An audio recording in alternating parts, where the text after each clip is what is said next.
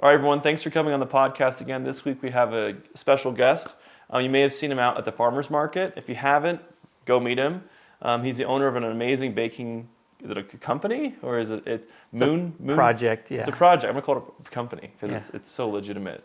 But this is Jordan Davis. So Jordan, tell us who you are, what you're about, and then we'll jump into things. Thank you. Yeah, I'm Jordan. Good to meet you, Jordan. Yeah, Jordan.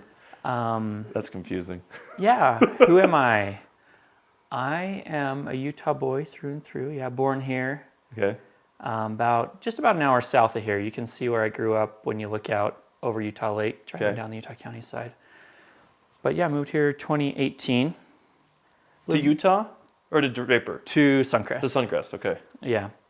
But spent most of my life living in Utah, a little bit up in Logan at Utah State, in the, Napoleon Dynamite country up there. Up in northern Utah? Yeah. Was that for school or? Yeah, okay. went to Utah State up there. Cool. And then about 3 years total in Japan and a year in Alabama.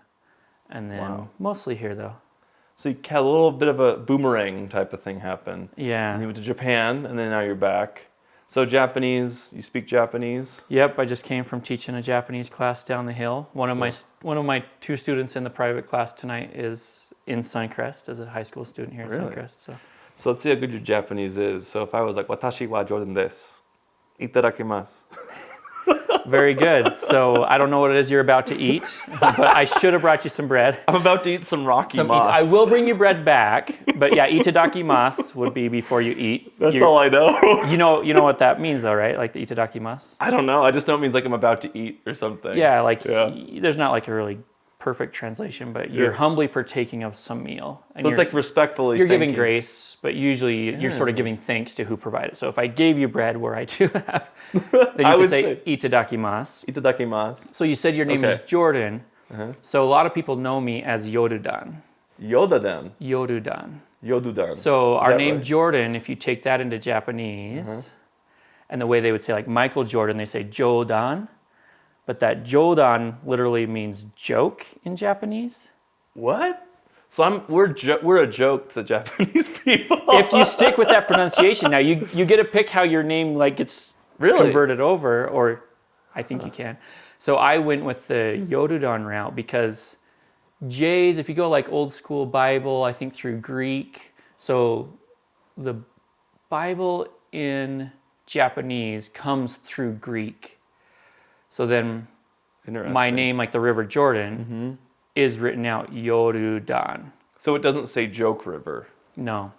So exactly. So they're respectful of the name by making sure they translate it respectfully. Because they could do a one-to-one, but then it translates poorly. Yeah. And it's not. I didn't know that. So therefore I use that. So actually that's often what I go by, my handle online. Like even at Adobe, like at work. I'm Yodudan at adobe.com. Yodudan. So Y-O-R-U. So it's sort of a hard R, Yodudan. Is that because Y looks like a J in like? I don't think so much that it Latin looks like languages? it, but like you've heard, like other languages will, like Joshua will be like Yeshua.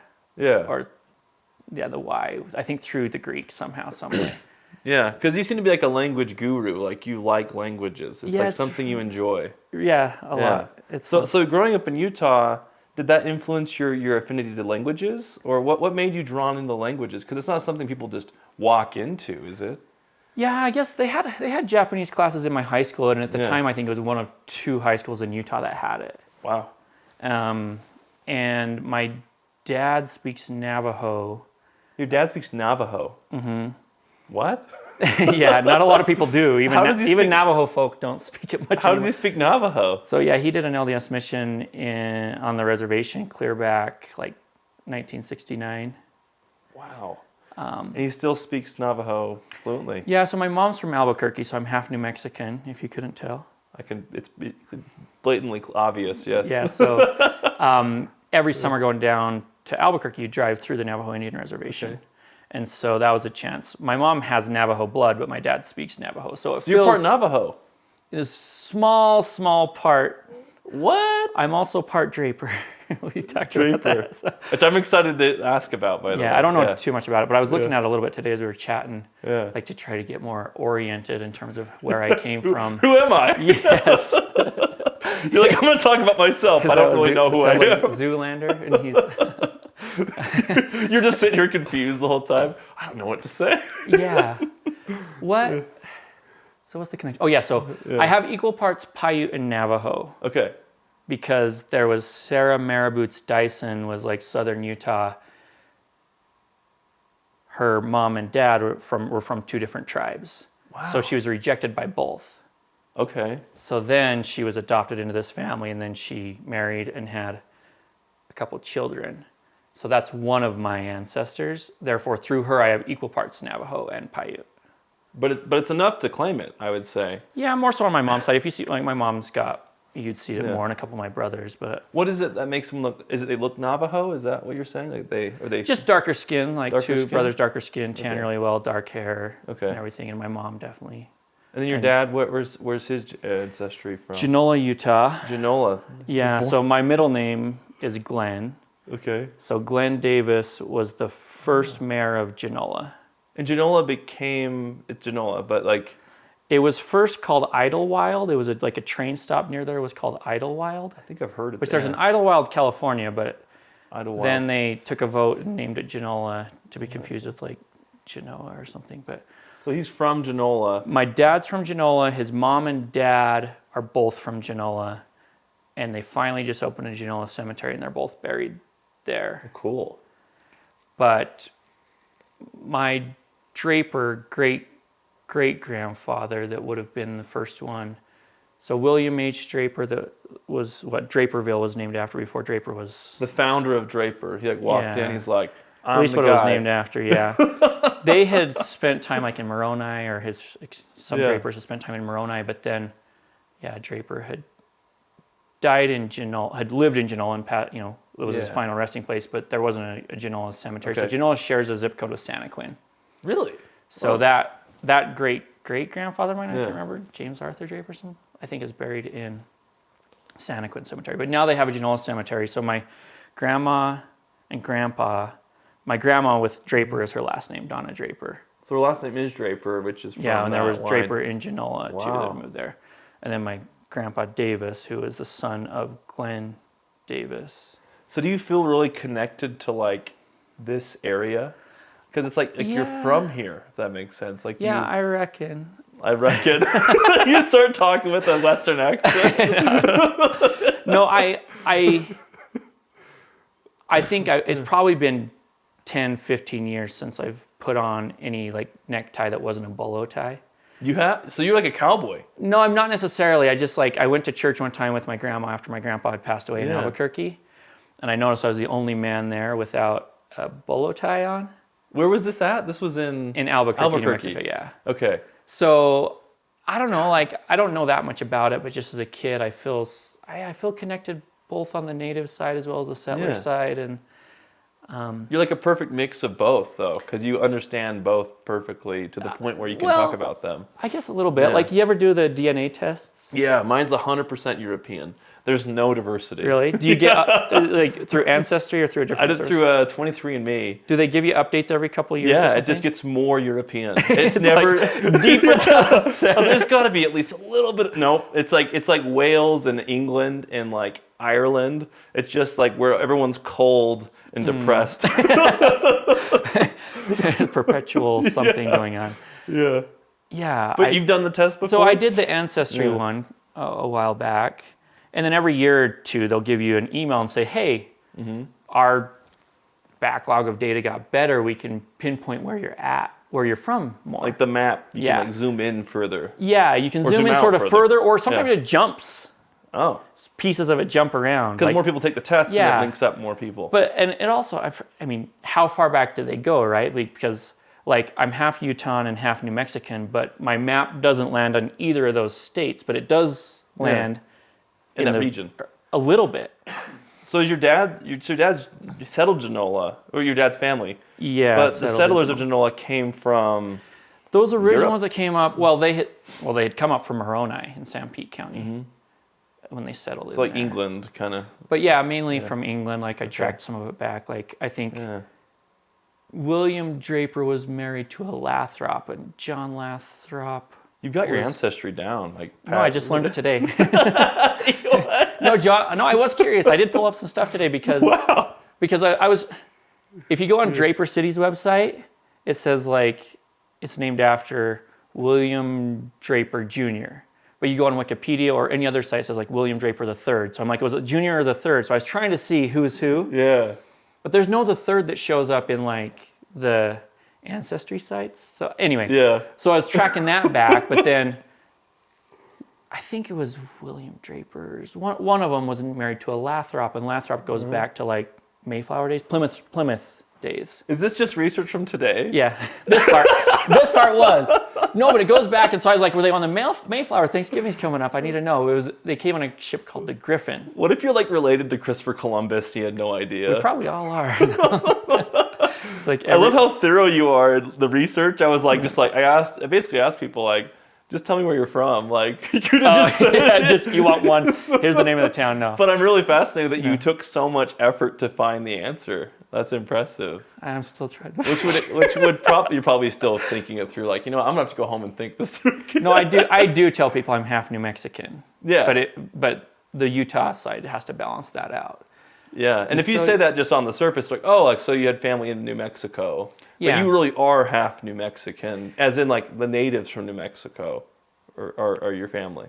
Yeah, a little bit of both. yeah. Yeah, but, like, my grandma and grandpa in Albuquerque met in kindergarten in Cuba, New Mexico, which is just a small town that's got a couple pine nuts and a few guns and a sawmill. So your family's an expert at small towns, like you guys know. Yeah, and I was wondering, I don't know if you know, like how many people live in Suncrest today? I don't know, but I'm gonna make a guess.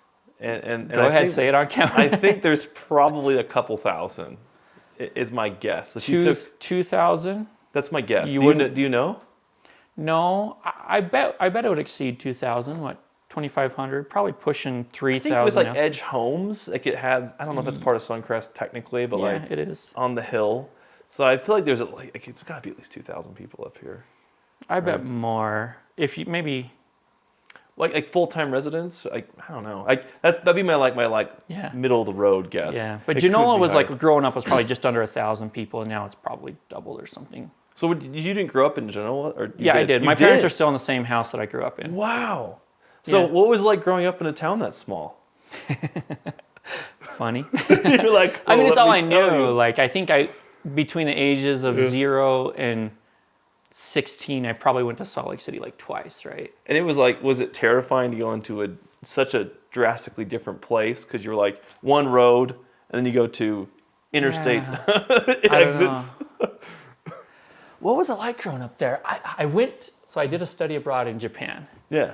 And which must have been. I had some international classes that were with some students that were taught, some in English, some in Japanese, and I studied like Korean and Chinese over there. Was that in college or high school? It was in college. Okay, college. But I had one full semester. I took just all business classes, international business classes in Japanese and some other language classes. Yeah. So I remember being there. And did you speak Japanese yet or no? Yeah. You already spoke Japanese? Yeah. Okay. So I was in a class that's being taught in Japanese in Yokohama. Wow. And the professor is explaining this, that, and then a board about international business, right? And he would say, here's how we do it in Japan. And there's like 10 students from China, maybe 5 students from South Korea, maybe one other Asian country represented. They say like, and can you guys speak, you do it like this in China, right? And then he's like, you guys do this in South Korea, right? It's like, Jordan, can you speak for the whole rest of the world, please? And I stand up, and I'm like the only non-Asian individual in the class, and then my semi-decent Japanese say, yeah, according to what I know from Genoa, Utah, here's how they do it in Australia, and here's how the Germans did it.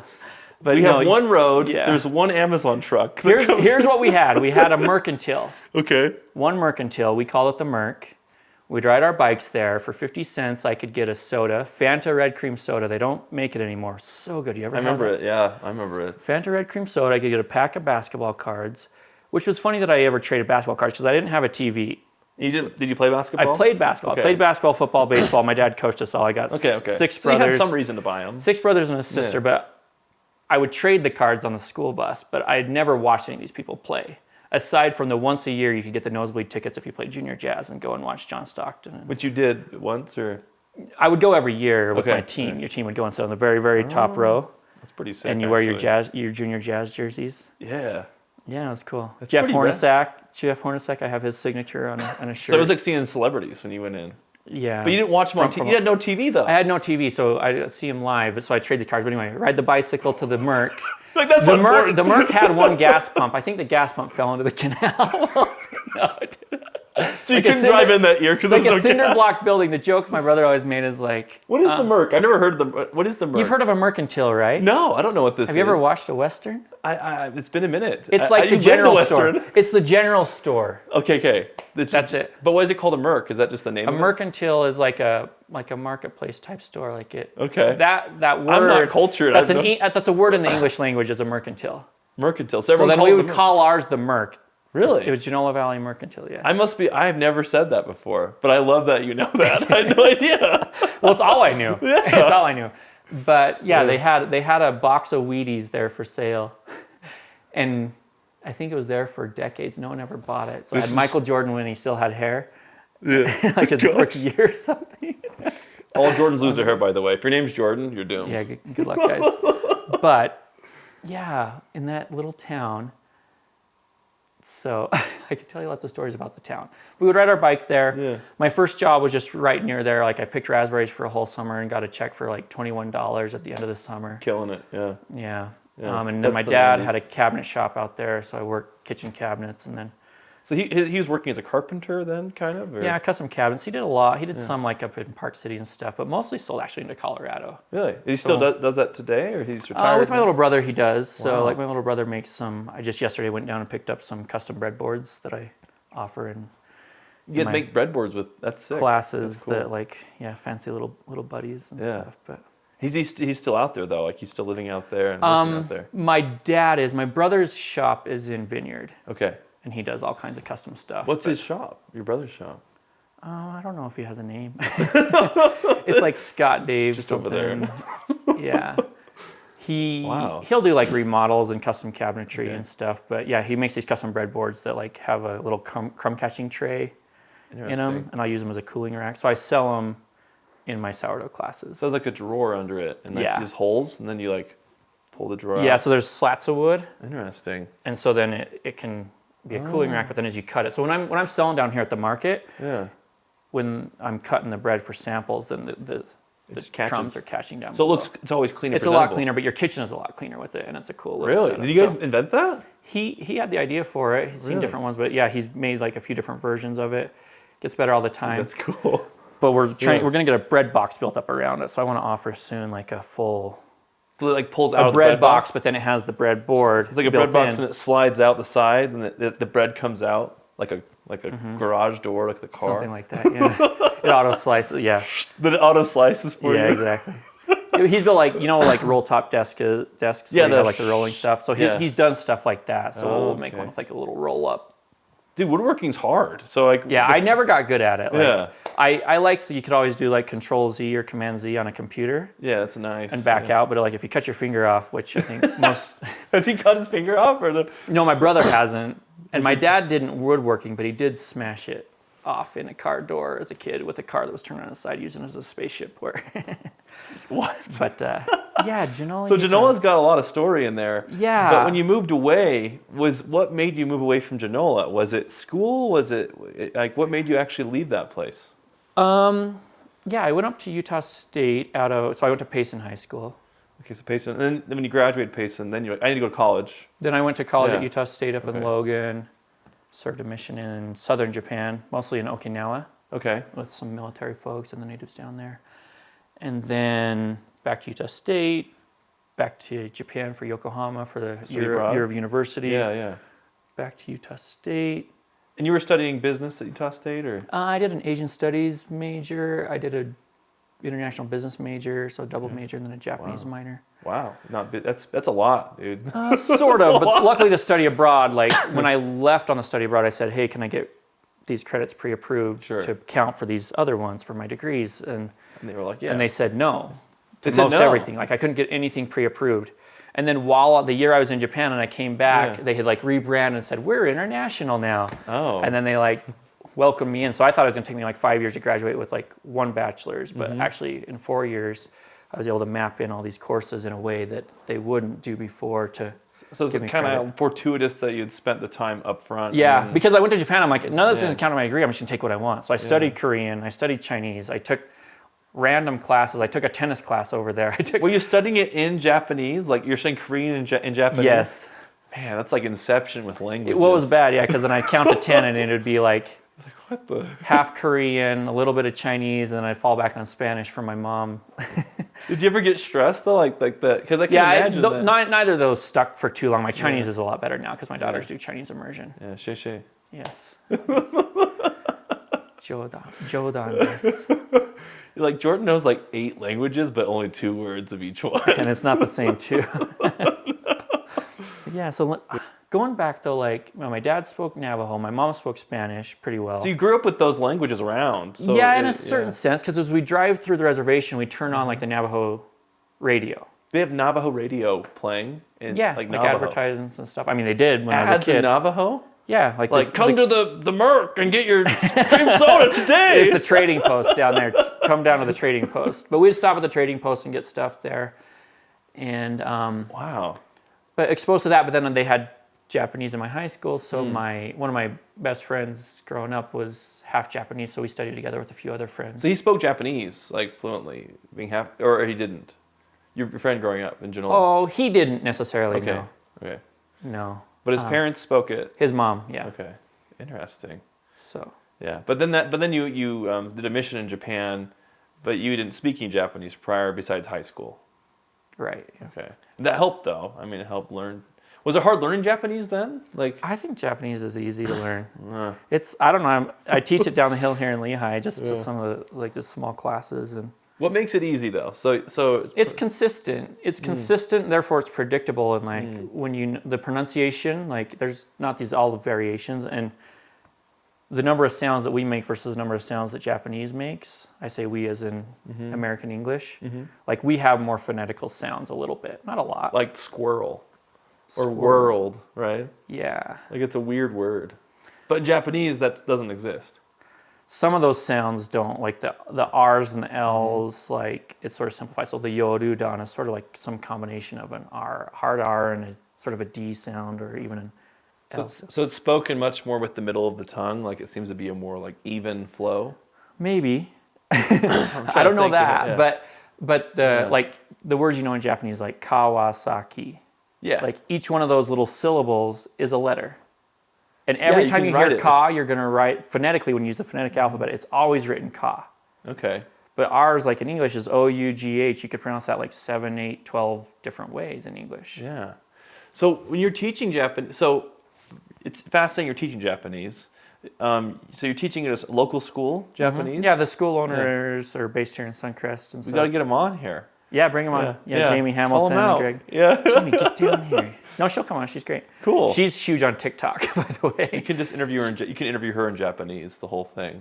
Her son's in one of my classes, but she's got to study a little more before she could do that. And what are I guess for parents that are watching about the classes, for example, what would push someone to put their child into Japanese classes? What's the benefit? Well, it's actually it's a STEM and arts academy that they're doing. So they have like robotics classes, animation, they have music classes there, and they have a little bit of language classes and a few others. So what's nice is when I'm teaching there, I get at least one free class for my kids.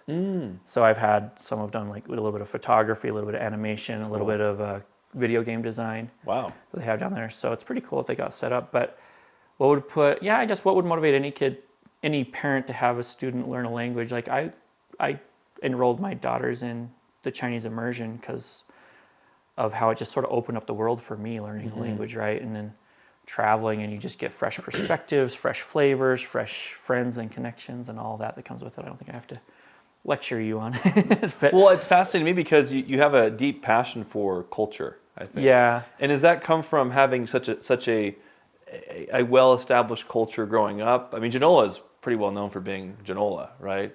But it's not a bad place to grow up because you have these great, rich, vibrant stories of your childhood, and then you're carrying that into you're able to experience other people's rich cultural experiences. There's got to be something there because it's really interesting.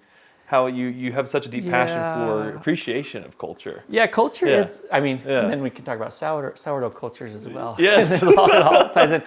Yeah, culture is interesting. And I think what are the foundational pieces of culture? You've got sort of location ties into it in a big way, but why does location matter? Location matters because of what's nutritionally available in that area. Therefore, that dictates the food. And then language is shaped and informed and often has like a lot of expressions and foundations tied back to both the food, but then also like the location itself. So language, food, and then food is tied to like the agriculture that's available there.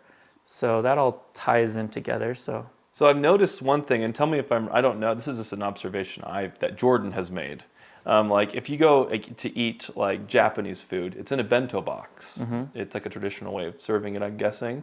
And the language is also really organized. It's like the food prep and the food presentation reflects like the grammar almost of the language. And then like, I speak Portuguese, and I know you speak Portuguese as well. It's a much more like mixed up, kind of like almost like a melting pot, like a feijoada of words sometimes, where you're like, that's a weird word. And it feels confusing at times because it's such a blend of languages from Europe, right? And then the food sometimes is like a blend of foods, right? yeah, it's an interesting observation. Like Japan being an island, sort of, its ways are a little more unique, right? Where Brazil has more spillover with other lands and the people that came in. So it's like a melting pot. But yeah, Japan is unique in all kinds of different ways. Hence this proliferation of the Japanese art of whatever books. Like there's so many of them, right? Like KonMari. Have you read the KonMari one? I'll read it. The Japanese art of tidying up, right? I just downloaded that book. I have it. Okay. You're a decade late, but it's still fantastic. I'm ready your life is going to be. I mean, yeah, you're very well organized, and I don't think your life's going to get better. Than you don't have a lot of clutter hiding behind camera. It's all in a closet, dude. It's in there. I have a lot of junk I've got to get rid of. But yeah, there's a bunch of books like Ikigai or all these things about the Japanese art of this, that, and the other, because there's this fascination that Japan like has this magical layer on top, which I think, the way they approach the world, the way their mind is organized, the way they approach society and relationships, interaction is definitely unique, and it's definitely different than Brazil. Yeah, which is, I'd say it's grounded, and it's like if you bump into something Japanese, like an item or like a car, like you kind of know it's Japanese, if that makes sense. Like you just know it, like, oh, this is Japanese. There's this level of quality that's just there, like perfection almost. Like we have to get it right, And we are doing the same thing. Yes, conformity is big. Yeah, but it doesn't mean there's not creativity or individualism, because when it does show, it's like so beautiful and so extreme and so like one of a kind in the world. What's an example of something creative that you've observed? It could be like the arts even. I don't know, because I'm curious like what you would consider creative, because I have my idea of what creative would be, but it's probably not as good as yours. Well, there's a lot of Japan that's like taking from other cultures and then making it uniquely Japanese and packaging it up in a way that's like, it feels like exclusively Japanese, but it's really informed by a lot of other stuff. Refining it. So take like the karaoke box experience. Have you ever been to like an Asian, like it's big in South Korea, and I'm sure they have it in China and elsewhere too. In the Y2Ks, we bought a karaoke machine, and that was the only exposure I've had. So that's the little machine, but in Japan, you go in like a room like sort of like this size, right? Or smaller, maybe just take the rug here. Yeah. And you're in a room that size with 2 to 3 to 5, maybe 8 friends. And then it's just a dark room. It's got the big screen. Yeah. And then you can order drinks and food in, and then you just sing for like 5 hours together, just with your close friends. You're not like singing at a bar in front of a bunch of strangers like it is here. So it's culturally, it's this little box an intimate experience, like a campfire. Yeah.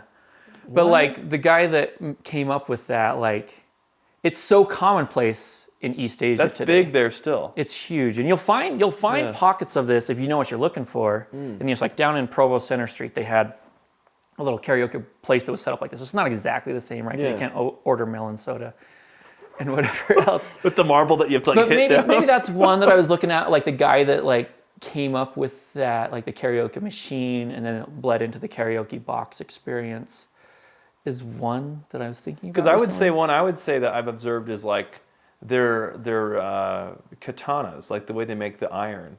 Like they're Oh, very yeah. creative in how Any they innovate. craft, right? Yeah. Like they'll take it and like Yeah. apprentice in it, and then just it's their life, right? Yeah, Through it's and like through. 70 years of Yeah. making that one katana better. But that approach Yeah. starts like in like even in elementary school. Like one of my good friends that was an exchange student at my high school here in Utah. Yeah. She'd come out from Japan, and she had done tennis like probably like middle school age. And still, like every year, she gets together with those same tennis friends, like the same ones. It wasn't like a couple friends she made friends. It's like the exact team, right? They Like get the together. people. But a lot of people, whatever you pick as your thing, your bukatsu is what it's called, is your Yeah. your extracurricular activity. Like you do that one thing. Bukatsa? Bukatsu. Bukatsu. Yeah. Okay. Katsu. What that means? That means recreation. What does that mean? Yeah, katsu is like katsu to like your activity, or Okay. it's like a group. Okay. But sports would be grouped under bukatsu, but also so would chess and other things. Music, like Yeah. karaoke, bukatsu. But it's very common, like you pick that one thing, and when you're not studying in school, then you're working on that. Really? So And everyone that's has like your their friend own... network is within that. Whereas me, I played Really? football, baseball, basketball, snowboarding, Yeah. and different groups of friends here and there, and whatever season it is what you're gonna play. It's like But 80... theirs is like it's baseball, your baseball, and your baseball all the way through. Therefore, your chance to succeed in that, like to become the specialist there, is huge. But Yeah. my upbringing was very much as generalist, right? Like 88. play this, try this, experience this, be as competitive as possible, beat your brothers, Interesting. but then move on to the next thing. And you have five brothers? Six brothers and a sister. Where yeah, are so you in that 8 of us. lineup of brothers? I'm the fourth of 8. Fourth So of 8. You're right in the middle. yeah, Wow. but I got 4 younger brothers, 2 older brothers, and an older sister. So yeah, we had out in Genoa for much of my upbringing. You're half the At town. At first, it was one bedroom for all the kids before my youngest brother was born. Wait, one bedroom with how many kids? There was that ever lived in that room. There was 6 of us, and then my youngest brother would like sleep in my parents' room. But I think at one point there's probably 7 of us in one room before my youngest How old brother were was you born. when there were 7 in one room? Because you remember it. I was around 10 years old up until then. Like we were all in the same room. So we had 2 bunk beds on one wall. Wow. And then my oldest brother is like CD players first became a thing, and he had his bed, and he would just hung a sheet around his bed to make his own room within the room. Wow. This is your oldest brother? My oldest brother, So he was about, like 15. about 10 years older than Yeah. me. So I was on one of the bunk beds out in Genoa, Utah, without a TV, but he had gotten like the Beastie Boys album, the first Beastie Boys album, License to Ill, Yeah. and other stuff like that. Yeah. That would like his way his speaker was set up, even though there was a sheet there, the speakers were like straight into my pillow. Oh my word. So this stuff is like in my bones. It's part of your DNA. Yeah. Yeah. It's like Beastie Boys and Primus and a few But do you other like things. the songs? Or... Yeah. Okay, I mean, so- yeah, some of it I don't listen to for like a decade, like Okay. Rage Against the Machine, and then you go back and it's like, Oh, it's yeah. sort of like it's inside me whether I like it or not. Tom Morello's scratch Yeah. guitar with this kill switch. You're like, I guess I have to play guitar now. Yeah, my first concert tickets were to Rage Against the Machine in You gotta Spanish see Fork. him? But I got super sick that day. I couldn't go. You didn't see him? My older brother went, and then my oldest brother's Oh. friend went. He took my ticket. My choir teacher, I think it was in 6th grade, my choir teacher had called. Oh my God. One other kid in my class had tickets to go. Yeah. She called his mom to talk her out of letting him go. She never called my mom. I think she was good with me dying in the mosh pit. I don't know.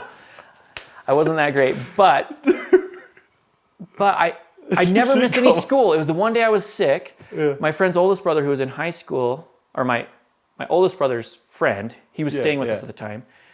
Wait, how did you buy the took, tickets? He How took did my you get ticket. these You'd go to tickets? Smith Ticks. You'd go and wait in line at Smith's. In Genola? No, in Payson. Oh, in Payson. Okay. So my dad bought them for us, Yeah. me and my brother. But then I couldn't go. I never got sick. I never missed a day of school. But he wore my white T-shirt to the concert too. He took my ticket and wore my white T-shirt, and he came back and it was covered in blood. No way. This was a huge guy. No way. Clean. Dude, I bought a ticket to go see Rage Against the Machine in 2019 because it's been a life goal to see him because they're one of my favorite bands. And COVID happened and they canceled the concert. Oh, And I was like, no. Yeah, because even 2019 would be a rare concert, right? They wouldn't. They have had this big thing in Canada and we bought tickets. We were going to fly there. Like it was like this big thing, like an anniversary trip. And my wife surprised me with them. And then So like I grew up listening to Tom Morello play just shred on guitar. I was like, this would be so cool, and then it never happened. Yeah, those were the early songs that I learned. Yeah, This dude. is like bomb track and stuff. Well, just see if it's like there's a thing with guitar. You play guitar, yeah. So I play guitar as well. It's like where your fingers aren't fast enough. So you're like, what can I do that's better? And it's like he found effects, and he's like using effects to make the sound different. He's using an Allen wrench on Bulls on Parade. Or yeah, and he's sculpting the sound, and it's like he's got a pencil and he's hitting his strings like a helicopter sound. So that creativity was like really fun to see, because everything else was just chords, So yeah, I went back and I found on YouTube some clips from the concert. The one you missed. Yeah. Wait, from the 90s? It was because they were on tour and they couldn't get booked at any of the major venues because I think they had a couple concerts where some people had died in a mosh pit or something, like one or two situations. I didn't know that. I don't know that. So they couldn't get booked anywhere. Really? And then they got booked at the Spanish Fork Rodeo Grounds. Did you go to that? You didn't go to that? That's what I had the ticket to. Yeah, I was like in 6th grade. It was my first concert. I was just learning guitar. Dude, I was learning these songs on guitar. They had just put out, I think they just put out the Evil Empire album. Dude, I heard that was the most wild experience. I would love to have somebody who lived through that talk about it. It's sort of crazy. Yeah. It's sort of like, so I went back and watched some clips. So because I didn't get to go to that, my first concert was Creedence Clearwater Revisited down in Salina. It was also in the rodeo grounds, but this was an indoor one. It was everybody but John Fogerty. So you're there, you're like, what the? No, because he had left. I mean, they had the split, but his brother was still in the band. Okay. So it was like the original band, just a different singer. Fascinating. So instead of CCR, but Creedence Clearwater Revisited, instead of Revival. So that got you into guitar was your brother's music, or you had gotten into it on your own? I think I was probably around a year, that year, a year prior, I had taken piano lessons, and my dad bought me a guitar, and my older brother had drums. Okay. So he always, from that house we were in with the 8 kids, double bunk bed setup, we had added on a couple rooms in the house. Okay. So then I shared a room with my 4 younger brothers. This house is still there, like it still Yeah, exists. still where my parents live. So we had added on a couple rooms. And then my 2 older brothers shared a bedroom, and he had drums in there. So then, Dude, it must have not been quiet in that house. no, and we had band practice. So he played the drums, and he had a few different bands that would come through, and I would always just be like their sort of band manager. I was always there, sitting there on the bed, listening to every band practice. When they had shows, I'd like take the tickets. Were they at least good though, or was it like? No, they did good stuff. Pretty good. Yeah. Did they record anything, or is it? Yeah, there's a couple different bands. I think there's a tape out there. And then so I started playing guitar, and I'd love to hear it. Yeah. I wonder if I could find the tape of some of those songs that I wrote back then. But yeah, Do you want a goose chase? Where am I from? Where's that tape? Did you do you write music as well? Yeah, I don't play anyone's songs but the ones I make. Really? Yeah, so I just make up stuff. I have a looping. I'll show you after this. I have a looping station. Okay. Yeah, I got a looping pedal, but not a it. station. Well, it's like because I got obsessed with looping. So I found this guy years ago in 2006 on YouTube, and he was looping. And it was like, this is the cool. His name's Howie Day, and he was popular. Okay. But everyone knows him as like his Collide song with the band. But the dude was he's like an amazing looper. Okay. And there was a local artist named John Allred who was looping as well. And they were both just killing. They were like the Ed Sheerans before Ed Sheeran was Ed Sheeran, Huh. Then I found Ed Sheeran as well on YouTube, and I was like, these guys are all killing it. What are they using? And you can't see you couldn't tell what the pedal was. Yeah. And then I did it. I found it was made by Boss. Bought the pedals, and I tried doing the singular pedal, but the station's the only way to do it. Okay, I have a singular Boss pedal. I also have yeah. a Digitech bigger board that can do a little bit of looping, but it's never worked quite right. Once you have that broken down, because it makes sense it's broken down. It's it's a process, just like baking, I guess. It's a time, yeah. Once you know how to do it, it's just nice. It's fun. So two loopers. We don't have to go too deep here, but do you know you've seen Reggie Watts? Oh yeah, Reggie Watts. He's like a performer, kind of like. You've seen him on Comedy Bang Bang. Yeah. He's like a comedy looper. And then Beardy Man was one that was looping. Okay. But he went into this software development side of looping. I haven't heard of Beardy Man. I got way too deep in it. Have you listened much to Andrew Bird? A little bit, not a ton, but he'll I like loop his stuff because he'll pluck on his violin and then he'll play on the top of the violin. He did street performances for a while, earlier on. I saw him in Denver. You did? I went solo. Yeah, I'll fast forward to some of the things I told You're you. committed to the music stuff still, so you're like big on it. Yeah. I love music. I Yeah. haven't I used to perform at all the open mics and stuff. Same. And, Yeah. like I took my guitar to New Orleans and played on the streets there, and I played in New York and I played in Milan. Really? I used to haul my guitar everywhere. My family and friends were like, they tolerated me. Were you the kid in high school that like take it to the football game and then play at the football game? Not Watch football. Not then. I played football. I was playing football.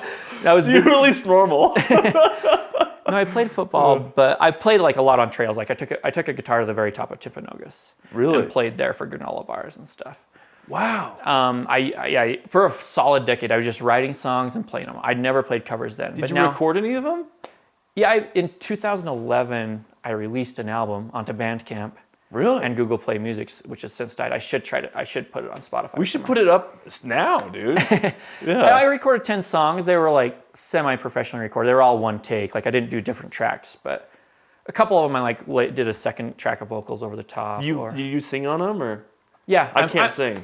I'm just playing and singing. It's just like singer-songwriter, Americana. Playing and singing. Yeah. Yeah, like Johnny Cash type of. Yeah. Okay. That's awesome. Yeah, I used to write a lot, and I hadn't written in 5, 6, 7 years, really much of anything. But just the last couple of months, I finally started writing one again. But my younger daughter's been playing drums, so we've got a drum kit. So that kind of kickstarted the. So music playing with thing. her has been fun. Dude, that's so cool. How old's your younger daughter then? That's playing drums. She's 11 now. She's the same one that makes the macarons. Really? Yeah. Dude, I bought those and they were perfect. So you got macarons from her. I bought them at the farmer's market. She just is getting back from it was so Paris good. right now. She Yeah. just took a class over there, so she's where she was at. She was definitely the best one in the class. She's just Really? Yeah. Wait, she was doing a macaron class in Paris? Just this week, yeah. What am I doing? I know. Podcast. But she's been doing them since like she was 8 years old, and she gets better every year. And she's sold a lot. Like Yeah. the Suncrest lifestyle folks have hired her. The brigadeiros are like just. Those are awesome, that's man. my wife that leads the way on there. But they both collaborate on both my wife and daughter. Yeah. But they've been doing them for like some of the real estate showings and stuff. Like little gift They've been basket commissioned, things. or just like a platter there for when you come and do the open houses. That's such a good idea. They've been doing a lot of that. So Yeah, and it's like crazy how much sugar's in those things, but it's so good. yeah, but my wife will do the brigadeiros. She's doing like some healthy versions, like they're just like sweetened with dates and stuff. I haven't had those before. Yeah, I think if they those do it exist, next year, I think I'm trying to get her to put some of those out, like protein balls and stuff. Because there's those one protein bars that are like dates. They're like made out of dates. I forget what they're called, but it has like the ingredients on the front. Oh, there's the RX bar or something. Yeah, but those are pretty good. I didn't know they were dates, simple. and I was like, I could do this. Yeah. So I was like, ew, dates are gross. But then I had that bar, and I was like, I'll eat dates, just not in date form. Wait, so you did college? You did you're teaching. So fast forward to now. So you graduated college. You did study abroad already. You started working. So Yeah, that took me to Alabama. So Alabama was the year you started working. Out of undergrad, yeah. I did other jobs in college. So what did you do in and stuff. Alabama? I worked for Toyota, so I used my Japanese out there. So I trained in Kentucky. What? At the Toyota headquarters there. Okay. And that's where I learned how to pronounce the word oil. Oil? Oil, yeah. What does that mean? It means oil. You just skip the Oil? I. Yeah. Oil? Oil stores they had. I trained in Kentucky, and then for about a year, I worked down at the Tacoma and the Tundra engine plant. Fascinating. Wait, but they make the Alabama. engines for the Tacomas and the Tundras. Mm-hmm. So you know a lot about engines being made? Nothing really. And then working at Adobe, like GM was my client. So I've been out to Detroit meeting like at the GM headquarters and stuff, and I still know nothing about cars really. So Adobe works with cars? Like I don't know what. Like I'm not drawing the connection between like. Is it the same path, or have you taken like a new path of career from? So you were training in Japanese, or you were taking. Let's see. Sorry, we jumped around a little. That's my fault. No, I'm like I gotta get. Okay, so if we jump back, so I went out and I worked for Toyota for a year in Alabama. Yeah. And I used my Japanese because I'd source parts for the engine lines. So I didn't really have to know how they were using it, but the engineers on the line would say, hey, we need this part for this machine. The Japanese engineers. Or we need a quote from this. Some were Japanese, some weren't. They were Toyota engineers on the line. Okay. But they would need these parts because as Toyota, most of the things I would source, I would get from Japan. Because it was their cars being made here. Yeah. We're cheaper labor? Is that why it was here? No, they have, if they're making stuff in the Mexican market or in the European market, they'll usually have a plant they're making it for that market. Okay. So there will be there will be Toyota cars that are made overseas and brought in, but I think the majority of like Japanese cars made in America are made here. But the company is the everything's the brain is there. Yeah. Okay, that makes sense. So you were sourcing parts and but my boss was Japanese. A lot of the leadership was Japanese. Yeah. I would use Japanese at work, and then I'd work with my partners in Japan to like find these quotes and stuff. Did you love that? Was it like? I mean, that never took me to Japan, and I'm not like I don't know that much about like engines necessarily, and that's so it wasn't like. And super, also, Japanese work culture is very different because I worked for a Japanese company. Yeah. And I was like, the leadership was Japanese, but they spoke English, and I just was like, man, I don't know, this is like a different way of doing business than I'm used to. Yeah, the mindset's quite different. It's a little different. We're both like, who's watching? I enjoy like new places and new people, and it was my first like full-time job in corporate. Yeah. And this, that, and the other, but. Yeah, I moved back here to Utah and I worked for a company. It's like a startup called Spingo. Spingo, what did they do? I heard the name a bunch. Yeah, it was like... It's like at the bottom of the hill, wasn't it? Yeah, so that's when I first came to Suncrest was sort of when I was working there. Actually, when I was... The day I stopped working there, it was sort of not a crisis, but a little bit of a frustrating situation. When did you start there? So you left Alabama and then you moved back to Utah? Yeah, about a year in Alabama. So then 2009 moved out back to Utah. And then I got a job shortly thereafter at Spingo. But they had headquarters at the time down across from BYU. But how did you find Spingo? Was it? I think I saw it on Craigslist. You were just like, oh, look at that. And then you just... Yeah, because I had done like web design at home. I did like some video production in my high school and stuff. So I was interested in sort of more of the tech space. So did you teach yourself web design? Is that what you... you were doing? I had taken a class in high school and a class in college, but I always did a little bit of that, and I like made web pages for people before. And it was like a hobby, like more so. Yeah.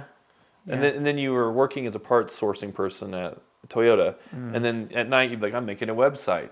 Like, would do more with like music and videos and stuff, like make random music videos and stuff. Yeah. But really, nothing professional. No, nothing at all. Just, where are they? No. But then you got tired of that job in Alabama and you moved. You're like, I'm done with this. It's not. Yeah, I moved back to Utah, be closer to family and other things, and then I worked for that startup for a while. But what that was like event calendars. So like all the events happening in a market, like sports, music, theater, on and on. We'd have like the database of that, and would share that out with media partners for them to list on their site. So we would gather all the content. Like a bulletin board, but for... Yeah, but just like an event calendar. So they would embed that like into their page with an iframe. You're doing their website. We would do the calendar page of their websites. Okay. So you were like building that. I wasn't building it myself. I was like an account manager, but I did a lot of different roles. It was just a startup. And so we'd work with a bunch of local, but then we worked with people in different states and stuff. And then that, like 2009 hit, financial crisis, and the investors in that little project or that company as it was constituted at the time were largely folks based in like I think Arizona who had a lot of their money was tied up in real estate down there, and when the real estate crashed, the funding for the startup went away. So then I said I applied for Adobe, got my foot in the door with Japanese there. So you took your Japanese and put it back to work, but Spingo didn't need Japanese per se at the time. Spingo didn't. No, I wasn't using it. So my Japanese got my foot in the door at Adobe because they need some Japanese support. Really? So you're doing. So you saw a posting for Japanese support at Adobe. Like that was like the job. Like. Yeah, Japanese. It was right after Omniture was acquired. So I think 2009 Omniture was acquired, and so it was January 2010. I started. Really. But I actually interviewed in Tokyo for that job, which is sort of wouldn't have been the norm. But I had won a trip from British Airways to open smoothie shops in Japan. There's so many good rabbit holes. This is episode 1 of 79. I hope you know that. We're going to start a separate podcast just for you. Somewhat random, but yeah, we don't need to go so deep there. But yeah, interested in food, was thinking about open smoothie shops, had this business plan I'd worked on with a friend. Wow. And British, like the whole like, it wasn't COVID level, but it was like international travel had shut down for business purposes because of financial crunch. People couldn't afford it. So British Airways did this contest we saw in like Inc. magazine or something just a page in a random page. magazine that said, Yeah. hey, the face-to-face contest, business is better face-to-face. You need to travel. If you have a business need to travel, apply here. Yeah. So we applied. So British Airways had like 3 flights. They did one from like New York, one from Chicago, one from LA. Yeah. Direct. To fly you to London for this entrepreneurial event. Yeah. Where you got to meet Lord Sugar. What? Which you might not know, but Lord Sugar Who's is Lord the Sugar? host of the original Apprentice. Before the other host was. This is the British version. You know how The Office has the UK version and the version here? So this is their. The Apprentice is a long-running show over didn't there. know that, So yeah. the version here is just a copy of that. So it's kind of like a Shark Tank show thing. Like you're trying to get in with these people. I haven't ever seen the show, but Lord Yeah. Sugar came and spoke to us. Okay. And like Kensington Palace or something. How many people were there? So it was like a plane full. So they did a plane from New York, one from Chicago, one from LA. We had submitted our business contest idea. Yeah. This need to go to Japan because they'd fly you there for this event for a few days. Is fascinating. And then they fly you anywhere in the world where you need to go. So you're meeting there with like chocolatiers or whoever else, like different types of businesses. But what was your business? You'd have to have a business to apply, right? We just had the business plan. We just said we want to open smoothie shops in Japan, sort of maybe Jamba Juice style, but a bit healthier. Yeah.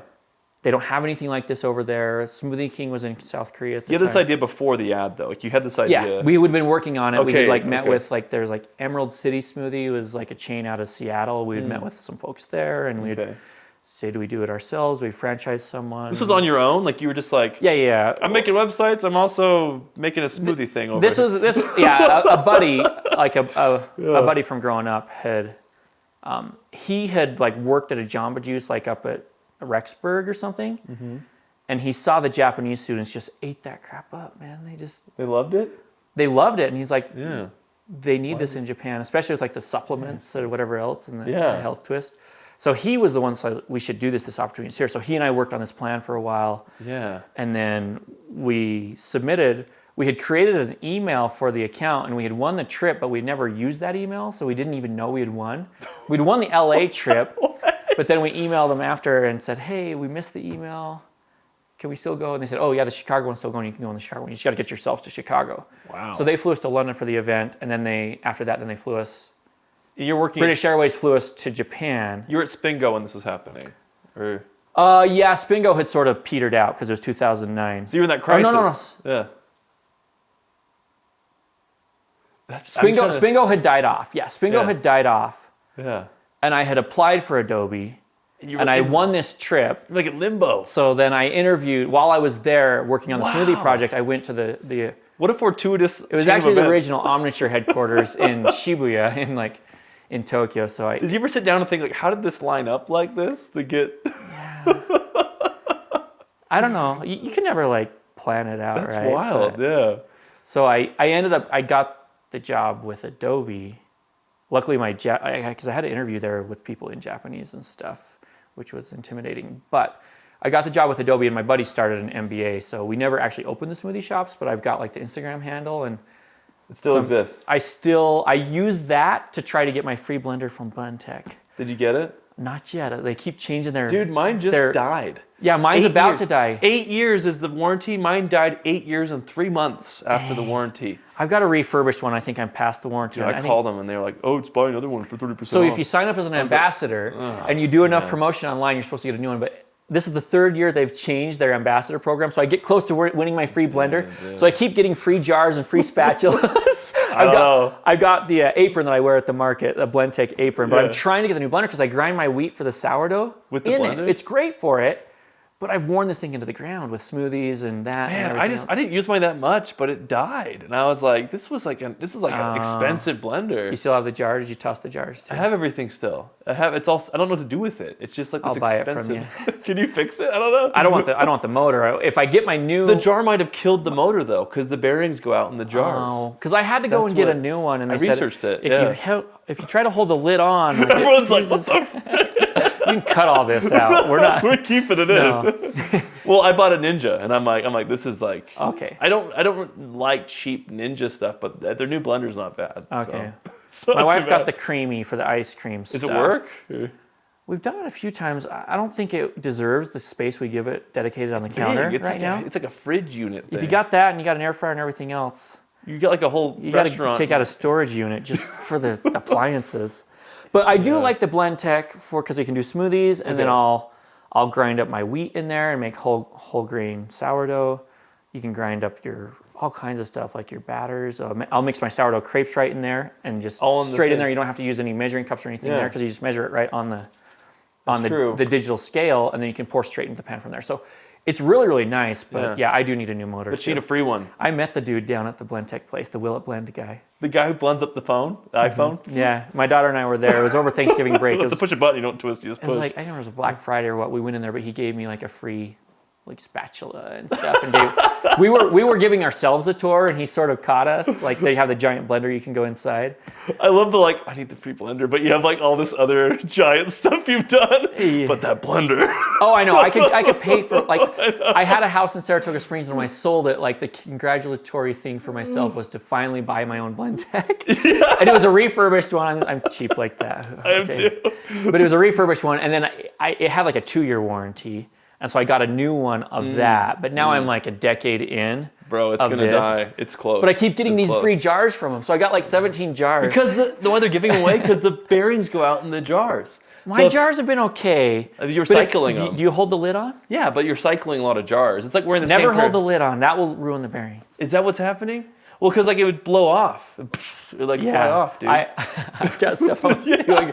Like the pattern on my ceiling is from different things like that. But it's like wearing the same pair of shoes for too long. If you're one pair of shoes and only one pair, you start having bad foot smell. The same thing with the bearings, they wear out. Because I think I have, actually just yesterday I got another jar from them. Okay. I have 2 individual jars, How many one jars? of the mixer, 2 of the wild side, and now I just got my first 4-side jar.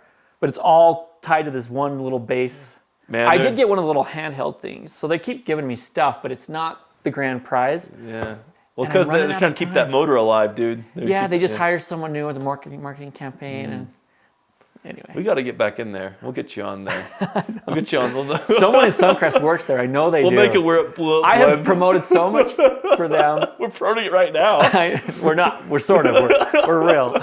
Wait. So you have your job at Adobe. You get the job at Adobe. You've been working there for how long now? And what do you do at Adobe currently? So I'm a double boomeranger. Meaning I worked at Spingo, this little startup that does event calendars that I started to travel around and worked with a lot of local companies and get involved with events for that. Then that ran out of funding and we hadn't quite made it yet when the financial crash. So then I started at Adobe doing Japanese. I worked there for like 2.5 years, and that sent me out to like Detroit to meet with GM because they're using like Adobe's like web analytics. Adobe bought Omniture as web analytics and does a lot of enterprise marketing stuff. Yeah. So now it's called the Experience Cloud. You got the Creative Cloud that's got your Premiere tools and Photoshop and all that stuff. Then you got the Document Cloud that has like digital sign tools and PDF stuff. And then you've got what used to be called the Marketing Cloud. Now it's called the Experience Cloud. It's like a business-to-business cloud. Yeah. Okay, Experience Cloud. Yeah, it's all to enterprise. Yeah. What's in there? So that's Adobe Analytics for tracking your website, your mobile apps, like Sony PlayStation uses it to track your interaction, anything online. Okay. Tracks your analytics there. Interesting. It does. We have Adobe Campaign, which is like enterprise email campaign tool. There's a CMS system, so your content management system is now it's called Adobe Experience Manager. A lot of these were acquisitions. Adobe did the art side of marketing, then they wanted to get in the science side of marketing, and brought in. First, there's a few different companies, but Omniture was one of the first ones, like over a decade ago now, 2009. Wow. Okay. So that was like the start inception of it. You were like there with the beginning, but you left? Yeah, right after. So I didn't have any of the Omniture stock. But it was still Omniture Green. Oh. But they bought a bunch of other companies. There were like a Neolane's, like a company out of France that they bought, does email marketing. Okay. And then they bought Daycare, was another company out of Europe that does like the massive CMS. Now that's Adobe Experience Manager.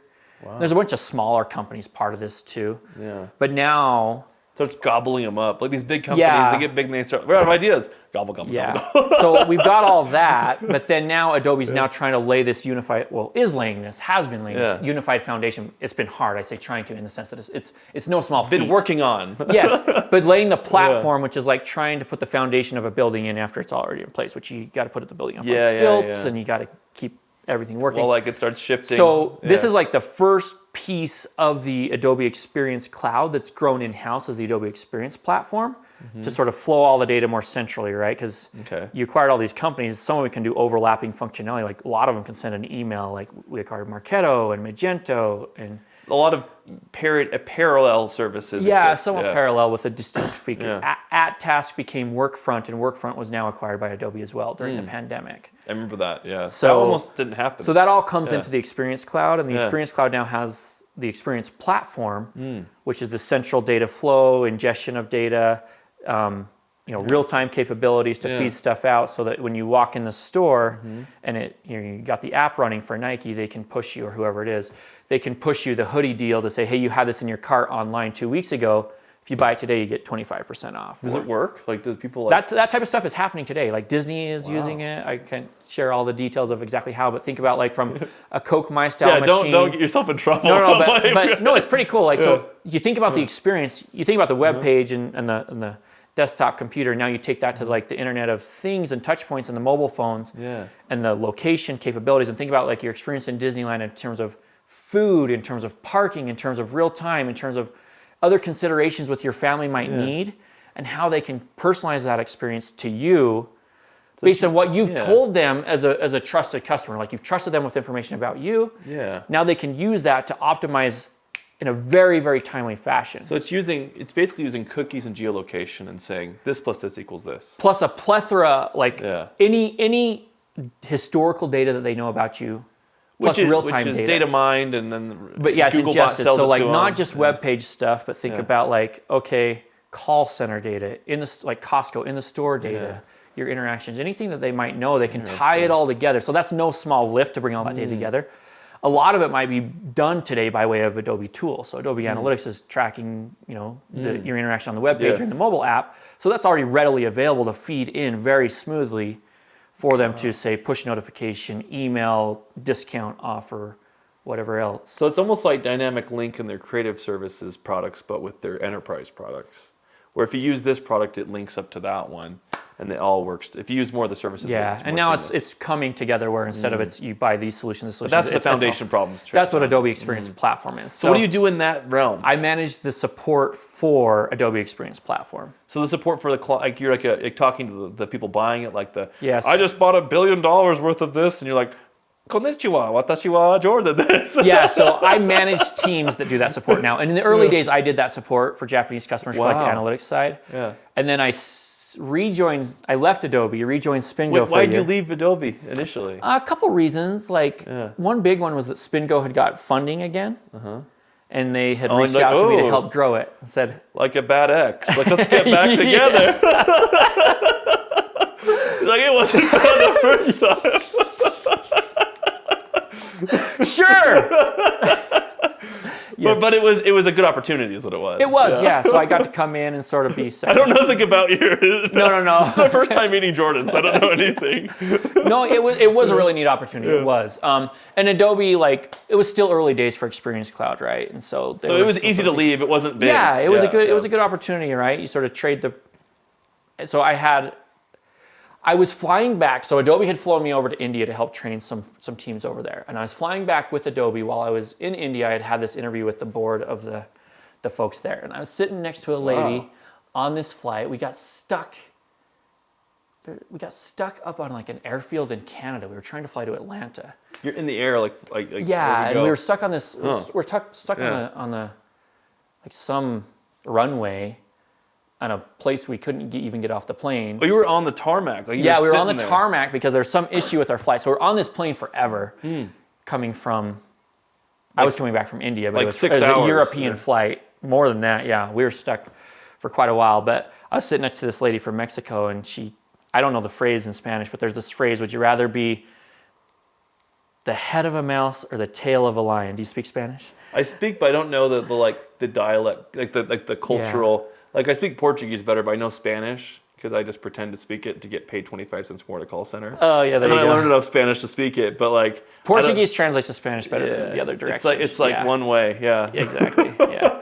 Yeah. But that wasn't what made the decision, but it just stands out in my mind that helped me say, hey, I can go and help grow this thing.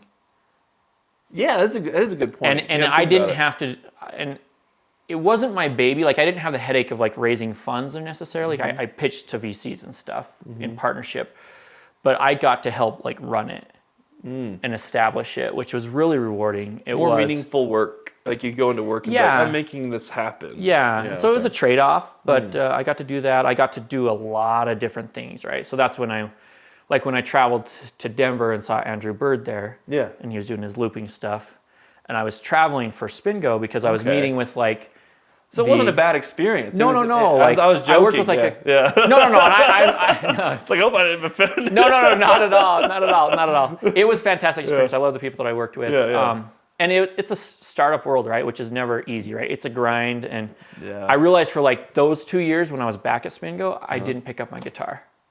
Because the stress and the focus. Yeah, and it was rewarding work. Like I've never had a role that was like more rewarding. But like when I was in Colorado, like I was meeting with like there's a music magazine that we did the concert calendar for online and in their print calendar, that's right? cool. And then the CU Independent was a student newspaper at the University of Colorado there in Boulder, right? And so we worked with them. Yeah. And so anytime I was traveling for work, I could pick an event on our calendars that were powering our partners and go to a concert in Chicago. Dude, that's or kind of the dream. A fun run, like the community market in Missouri. Yeah. And I saw the U.S. in a way that I never would have otherwise. Like all these different parts of. And you wouldn't have known about it unless you were exposed to it through that type of venue. Yeah. Or that channel. So a lot of neat memories. And sometimes like it was just me going by myself, but I loved it. Like I love live events. I love those experiences and stuff. You still go to those things. Like you still pursue them. Yeah. Because what you do now is you do classes and stuff. I host a few different experiences. Like I host a hike. I don't do it a lot, but I host a hike up to Movie Rocks. But you mentioned that you have some relation to Movie Rocks. Yeah, there was a film shot there, hence it's called Movie Rocks. I don't know this movie, by the way. Everyone talks about this movie. I've never watched it. I've just seen the clips on YouTube that are filmed up there. But you can watch those clips on YouTube, which are pretty cool, especially if you've been up there, because you see the whole layout and you can appreciate when you find the debris that's still up there. But there's debris up there? Yeah. What? I've never hiked it. Oh, I'll take you up there. Let's go. Yeah, it's fun. We'll do a meditation at the top, and then there's mountain goats up there. Twice I've hung out with the mountain goat family up there. I've seen a bighorn sheep up there. How long is the hike? Is it like an hour, or is it like? I tell people to plan on about 3 hours. You can get up probably an hour and a half to 2. It's pretty steep. So it's strenuous. You have to be in somewhat good physical physique to do it. Yeah, a little bit. You can't be like, I just got. I listed as strenuous. I've had people when I've taken them. But you find people on your own, or you have like a website to get people to I just list it on Airbnb Experiences. Really? And that's where I list my sourdough classes too. And I list smoothie bowl classes on there. But there's a local site now called exploringnotboring.com. Little plug, guys. Exploringnotboring.com. Exploringnotboring.com. This guy's a natural salesman. I'll tell you what. I'm buying into everything he's saying. Like everything Jordan has said, I want to have. I want the business enterprise products. No. I'm not selling anything. But there's a local site that's sort of similar type thing, right? It's some ladies here in Utah that put that together. So I'm listing stuff on there too. But it's like Spingo kind of, but like it's more grassroots. Yeah, this is more activities and things that you can do on a recurring basis versus a one-time event. But it's in that same vein, yeah. Yeah, but it's almost like you're drawn magnetically to those things. Yeah. I like it. Is it making an experience that what makes you drawn into it? Is it because music, like open mics, has a really like an energy to it. Like it's small, it's intimate. And you're having these small, intimate. It's like there's a parallel thing happening here where you keep kind of finding that. Yeah, groove. you ever If Spingo got huge, you'd lose that, right? There was an interview that Brandon Flowers did. You know, Brandon Flowers lived in Utah when he was younger. He's the old guitarist from the singer from the Killers. Yeah, the singer. Yeah. He did an interview once where he was talking about his shows. That he's doing a concert, and I don't know exactly how he described it. He'll wear these different jackets and stuff, the fur jackets and things. But he talked about how like there's this magical moment during a concert, and you feel it as like a fan too, right? Or I'm sure you've performed before on stage. Yeah, I've done like a lot. I did Stadium of Fire once, which was the biggest thing I did. Really? Yeah, which was. Whoa. It's a long story, but the short one was I got recruited into a band. And they needed someone to play bass, but I play guitar. And they were like, "Can you play bass?" I was like, "Yep." I did say one time that I would perform on stage with Carrie Underwood. I wasn't on the stage with her, but it was the same show as her show. No way! Yeah, it was her show. So it was, but I went on before, and yeah. But anyways, like I learned to play bass in a week for this show and memorized all their songs. I got paid like nothing, and I was like, I gave up on being a performer after that show. But it was the most the hired performer. It was the most people ever performed to. It was a full stadium. And I don't know if you felt it during. I'm sure in a certain sense, but you know that moment when it connects, right? And it's just real. There's like flow, and there's a connection between whoever's on stage and whoever's there in the audience, and it's like this unification and this rhythm and this sync that happens. Mm-hmm. And Brandon Flowers was describing this in this interview, and he's like. We're just all elevated together for that 2 hours or whatever. And I can't quote him exactly or anything. I'm following, yeah. But the concept there, like I feel that. Like I feel that in my bread class. It's like this flow state where I'm not like worried about what I'm gonna say or how it's just so natural, right? And like that's what you're. There's no script. Yeah, and that's what you're creating here with your podcast, right? It's like hopefully. No, I think you are, right? This is great flow. This is great flow, by the way. Whatever, yeah. The time-wise. I'm not worried. So anyway, that feeling to back up, I think you're right. Like whether it's one person I'm taking up to the top of Movie Rocks or a group of like 7 or the class or the few times that I've connected with an audience on stage playing, that's what I'm going for. But if I go back and answer your original question, my connection to Movie Rocks. Yeah. Growing up, I knew that little reroute, by the way. That little thing sticking out on the mountain, driving past on I-15, probably even before Suncrest was really a thing. Yeah. Everyone, the couple times I went to Salt Lake, my dad would point out and say, I was an extra in a movie that was filmed right there at that little spot. He was an extra, like in the background. Yeah. Like the guy digging with a shovel. He was the dead body on the battlefield. Yeah. Yeah, so it was like 1968, Have you 69. seen the movie with him in it, with the dead body? No, so he said when he went with his, I don't know, his a friend or two, whoever else was in the movie with him, he went and saw it in theaters, and he saw himself in 2 scenes, and one of them, he holds his arm, he's dead on the battlefield, so he holds his arm in a particular way so he could find himself. Aha. He finished playing the PlayStation. How's it going? Hey, Nate, can you get me something? He can hang out here. Okay, he can hang out with this. I'm not in charge. You're in charge. So, is Nate? Nathan, yeah. Nathan. He's 5, yeah. So my dad was in a movie, and it was a World War II film. So this is depicting the Swiss Alps. The movie's name is The Devil's Brigade. So that's the movie based on. That's the name of the movie. Okay. It had a lot of stars at the time in it. My dad. You haven't seen it though? I haven't sat down and watched the whole thing. I've watched clips with my dad. Okay. But he says in the DVD edit, the 2 scenes where he can see himself are not in it. They're gone? Yeah. So we got to somehow, if you can help hunt down the what's theater it called again? It's called The Devil's Brigade. The Devil's Brigade. Hey Nate, can you help me find the Devil's Brigade movie? So I haven't watched it. Back. Hold on. You moved the camera a little bit. The Devil's Brigade. So, sorry. It's Nate, can you get on the camera? This is real. Yeah, it's super real. Our last one we had, Kelsey was gone again to do some errands. And both kids were home. We have 2 kids, a 5-year-old and a 2-year-old. And it was like chaos. Oh, yeah. A few extra edits in there. I was like, we just left it all in. It was like pillows flying. That's where you naturally cut for your commercials, right? I was going to tell you, what was I going to propose? I had this brilliant like Suncrest-centric idea for like your first advertisements that you lace in. But I don't know. I'm open. It was like completely like organic. That was just funny. But it would have been somewhat meaningful. If you find it, let's get it. Yeah. It's bare minimum. Like I could every time you interview someone, like just bake you a loaf and it's just sitting here. And it's like we're just eating bread. No ads or videos interspersed. Breaking bread with Suncrest. Yes, exactly. That's it. What's up, Nate? Okay, so my dad was in this film. That was the connection to it. So I knew about these rocks. So when I drove up here, it was actually when I was parting ways with Spingo the second time. It was a heavy day for me. I had never been up here, and we worked down by Boondocks. We had actually like colored out green, like the go-karts. We had branded as Spin Go-karts, and they were Spingo green. It was at Boondocks?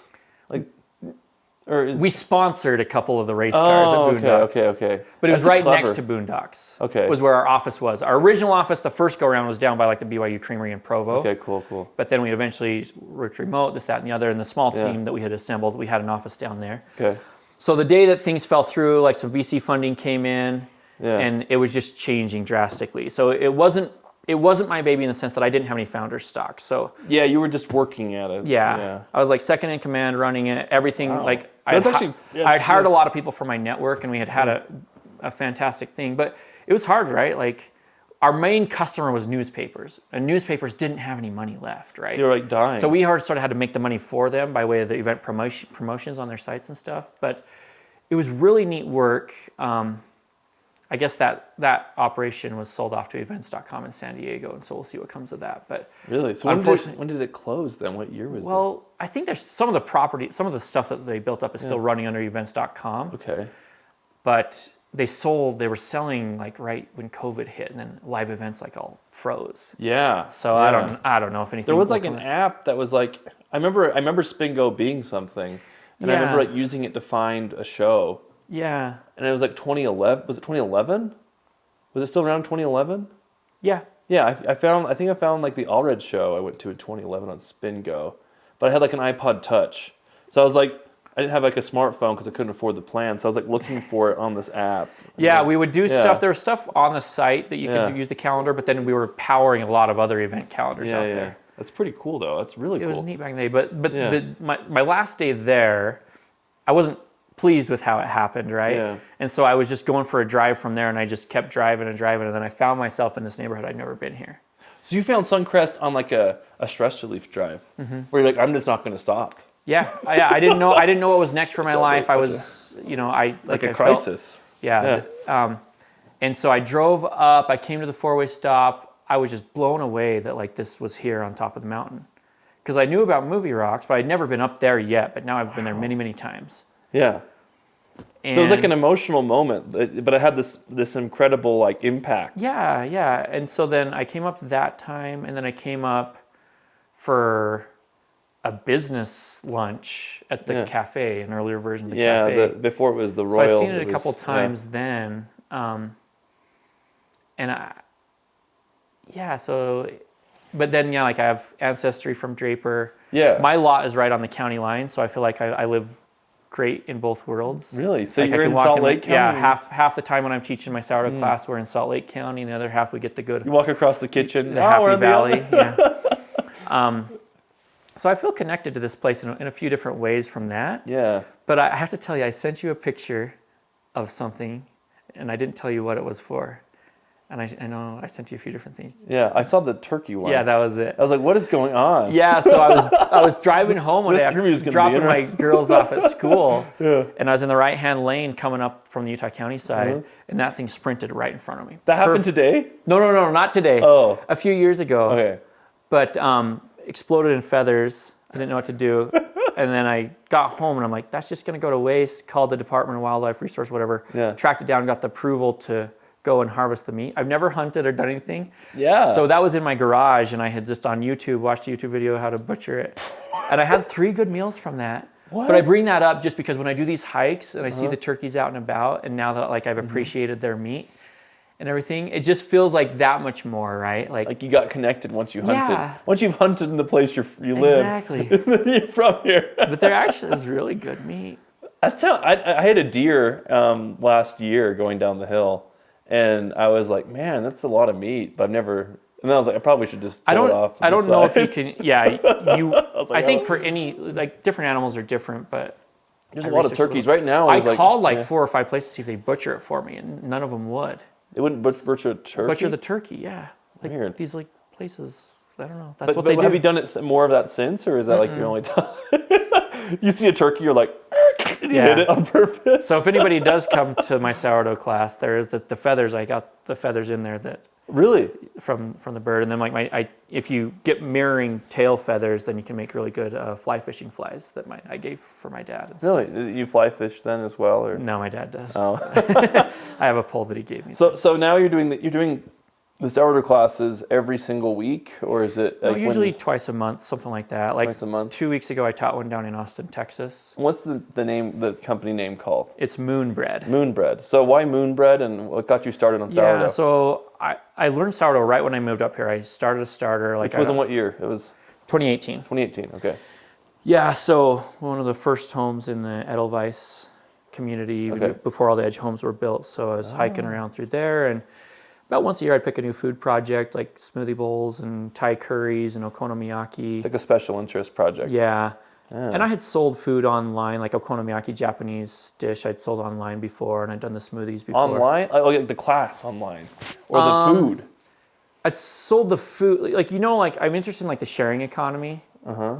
So there's apps that have spun up to try to be like the Airbnb of home cooked food or the Uber of whatever. I don't know about None of them stuck around, really. Yeah. They've come and gone. Like, I don't know why they don't stick, but the idea is that, like, food for thought. You know how you bought tamales like in a Walmart parking lot before, right?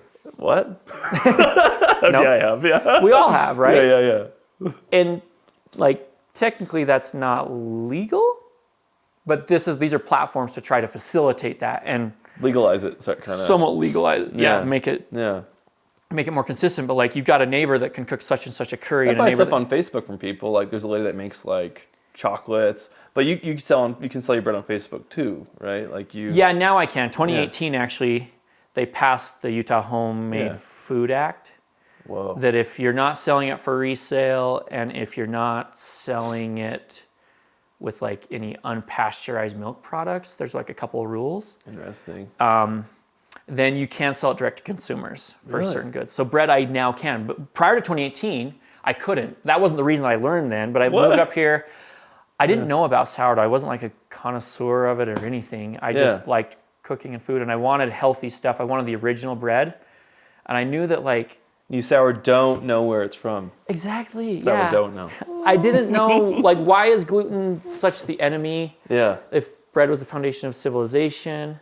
It's true. And something's going on here, so I wanted the original bread, and that's when I found sourdough. And then you started making your own wheat and started grinding. I've grown a little bit of my own flour, wheat, I guess. But grinding my own wheat. But like I took a free class and I watched YouTube videos and I bought a book and I didn't have a mentor. I didn't have anything. So it took me like 3 months to bake my first loaf, but it was so rewarding. 3 months? Not that I was working on it for 3 months, but like iteration. I was studying and then I was starting my own starter and I was learning how it worked. And then when I finally baked it, it was so crazy rewarding that I started baking every weekend.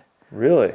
And I had never seen anybody bake it. I had never really gone out and bought it. But you YouTube it a bit though? I had just seen YouTube a little, not even much. It was mainly a book, like the Tartine Bread book was really helpful. What's the book called? Tartine Bread. It's like a bakery in San Francisco. Interesting.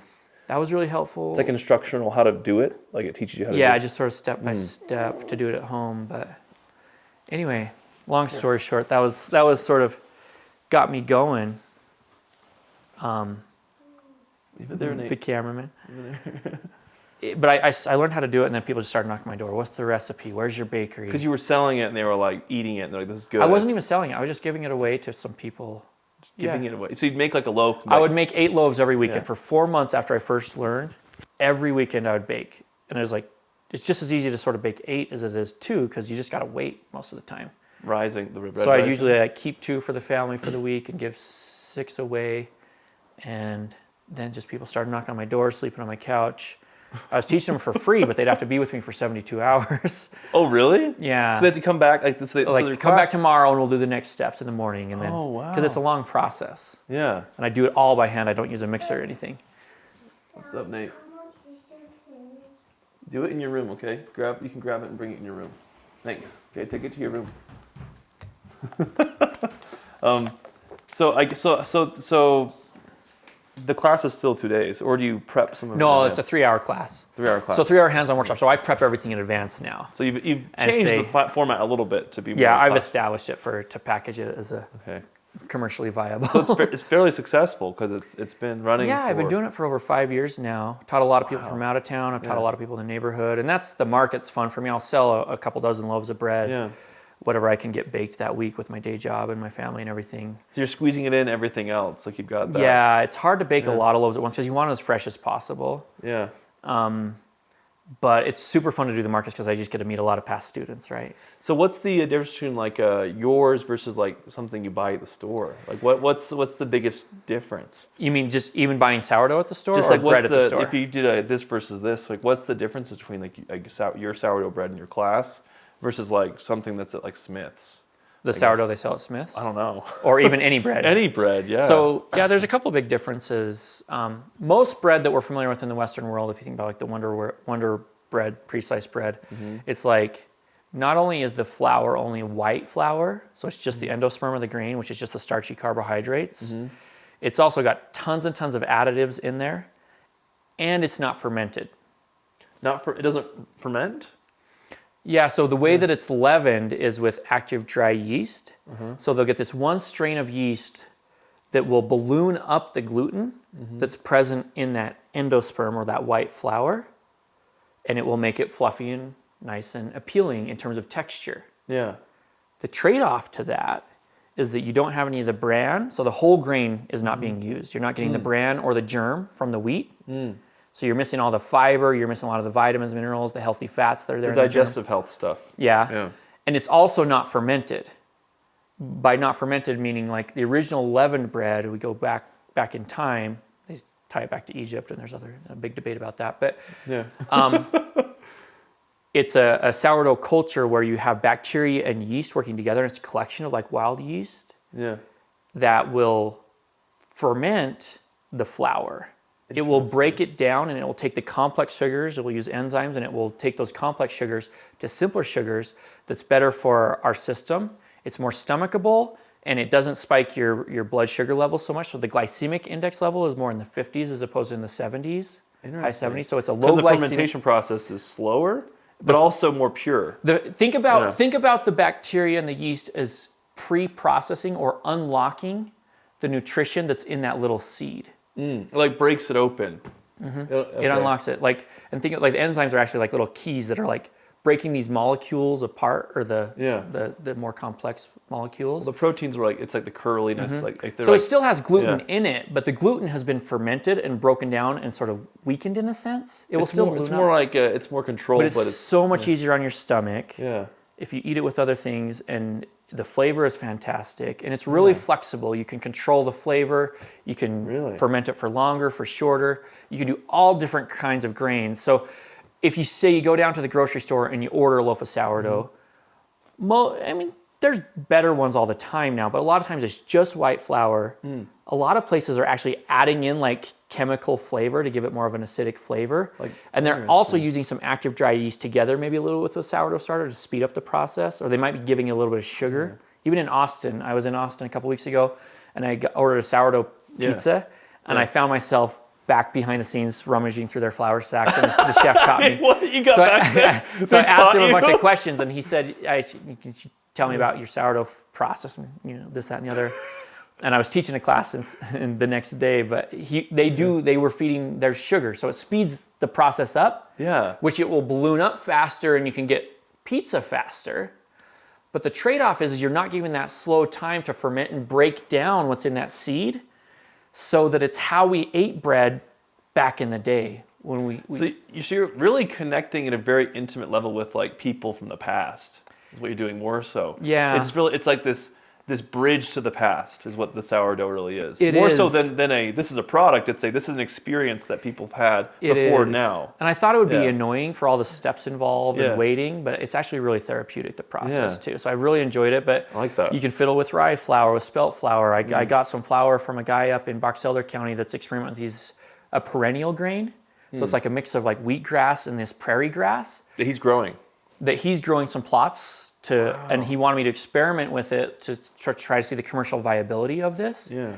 And so I'm using all different kinds of grains, but the principles are like the same in the sense that the grains have the same elements, just different combinations of different amounts of gluten, different nutrition in them. But you can mix the grains together. So I mix like purple corn in some of the markets. I'll sell purple sourdough. That's interesting. And we've got like a chili cook-off coming up, so I'm going to try to make another like a cornbread with it. So you can make variants of the sourdough. But here's where it gets really cool. So think of all the ways that we consume white flour in the West today. I mean, it's like every single thing. Yeah, right? Tortillas, like crackers, pastas, breads, pastries, on and on and on. Yeah. And by and large, it's the same underlying issue. Not to mention all the other chemicals. Not missing out on the full grain. But also it's not fermented. Because it's using that other so you're just process. getting these starches the carbs just like convert to these sugars and really fast. Then you get bloated, and then you're like, oh, I'm lactose. What is it? Gluten intolerant? Yeah. Not lactose intolerant. Gluten intolerant, and then they don't eat bread anymore. Yeah, right? and you're running away from gluten, and gluten, I don't know, is really the enemy. Like, especially if it's fermented. Yeah. It's probably more so just the unfermented nature of the white flour. Yeah. And some of the additives probably that's put on the wheat when it's not organic and other stuff that we do here to try to grow it faster. Yeah. But what's awesome about sourdough is you might picture sourdough as this one thing. It's this type of loaf that's a little bit acidic that you can get at the grocery store. And that's it. Like, that's how people know sourdough. So Yeah. I said it's like a bit of a misnomer. Really what we're talking about is like the original bread, but naturally fermented wheat or even grains in general. Yeah. So you can make sourdough pasta, sourdough tortillas, sourdough crepes, sourdough cinnamon rolls. Make pasta? Sourdough pizzas, all of this Yeah. stuff. Anything where you're using the white flour, when we say sourdough version of that, really what we're saying is that the flour has been fermented. With or at least in part. With that base, that yeast and that With bacteria. the culture, yeah, that active starter. Yeah. So, therefore, it's better for your stomach. Interesting. Therefore, it's not spiking your blood sugar level. But what's unique about Moon bread compared to like a lot of other sourdough cottage operations is I'm always using whole grain in the mix in some way. Because you can ferment the white flour and get this really fluffy, fancy, and score it all pretty sourdoughs. And those are presents cool. well, And I'm yeah. not necessarily opposed to those, but I'm interested in the nutrition. The more nutrition you get in there too, usually the better flavors. You get like layers of earthy flavors and stuff. So is the flavor, when it's earthy, or does it look earthier too? Does it look less? Yeah, it's a darker thing. Okay. Because with the brand you get that. It will absorb more water, so you can play like it's a higher hydration dose, so it's more fluid as you're working with it, which is fun. But yeah, you can use ancient grains as well, which are like einkorn is one that's really fun. It's a little more expensive to track down, but you can find it in Utah. Is there a grain that like you've been like the holy grail of grains you're trying to get, which it's hard to get to or hard to find? Does that make sense? Is there something like that in the sourdough world? Or a culture you want to try? Not necessarily in my mind. I think Kernza is really fascinating for like the benefits on the earth because it's perennial. It grows super deep roots, right? They don't have to replant it every year. You don't have to dig it up, and it sequesters, like you're not releasing the carbon every time. Livestock can graze on it. What is it? It's Kernza? Kernza. So it was developed like a decade and a half ago, like in the Land Institute here in the U.S. Interesting. They're doing other agricultural stuff where they're creating these. So it's the futuristic grain. People seek out these ancient grains. This is a futuristic grain. So I baked a bunch with that. Yeah. But it ferments the same. It has the same fermentation process. It'll be each grain will behave a little bit differently. Some ferment faster, some have higher gluten, some have lower gluten, some have different flavors. That had sort of an apple cidery, apple crisp type flavor naturally in it. What? So that when I was baking with it, I would like infuse it with some apples and cinnamon. It just naturally goes with it. Wow. It's not super strong, but it's like just comparing it. But your palate can taste you can adjust the flavor. I'm getting more and more like I'm not like a connoisseur of fine wines or anything or like people like that. But I did get to be the judge in the Utah Cheese Awards. You were tasting all the Utah cheeses. What? And so for the last like 3 years 3 years in a row. You were one of the judges? I was a judge for 1 year, and then I got to provide the bread to pair with the winning cheeses for 3 years in a row. How did you get the bread and the cheese? Yeah. Wow. So that connects me to a lot of different people in the culinary world where I work in tech, but I have this whole other world that like. Well, isn't so culinary like really like science, and like some of tech is like solving a problem, like science kind of. Yeah. Because you're like kind of like it's like chemistry. Yeah. Really. A lot of like tech folks, even in Silicon Valley, have gotten into sourdough. Even pre-COVID, there was sort of this big. You were wave. before COVID, so you weren't. You were a hipster with it as far as when you started doing it. Yeah, just curious. But where does the name come from? So Moon. Oh yeah. So Moon bread. I wanted to make something that was like unique to Utah, a Utah bread. Yeah. So like I bake mine typically in pots. Make sure they're still going. Oh yeah, they're good. Sorry, long stories, but no, you're good. No, they're good. That's what I want to hear. Yeah. So I'll usually use it in pots from like local potters. My little brother makes my breadboard, so I want to get like local equipment and local ingredients. So I use Redmond real salt from down in Salina near where that Creedence concert was, then water's coming out of the mountains, right? And then you're getting your water from the mountain? No, you could. Oh, it comes into our taps. Like, dude, you're going real far. No. I would like to, because like when COVID hit, like I had flour, I had grain. I didn't have a wheat grinder for my whole grain. Yeah. But I'll get one. But you can bake it in a Dutch oven over the open fire, right? And a lot of my students have. I haven't done it myself yet, but I want to. But you just need 3 ingredients, right? So I was going to name it Deseret bread because you got salt from here, the flour, and then I always get wheat from as close to here as possible. Sometimes from up north, northern Utah, sometimes Montana wheat. You can get honey and add it all in. Exactly, yeah. It's really good. That's a cheat code for sure. But it's just 3 ingredients, really, because for the starter, to make the starter, it has yeast and bacteria in there, but we're just mixing flour and water. Yeah. And then I made my own culture, just mixing those 2 together. And the wild yeast is in the air and on our person is on the grain. So yes, we're adding in the starter and the yeast, but it's the physical ingredients that I used in the mixture was just those 3, because it's just a little bit of salt. You can make it with just those 2. Yeah. It's just going to not taste so fancy. 3 ingredients to make the dough, and then to make the...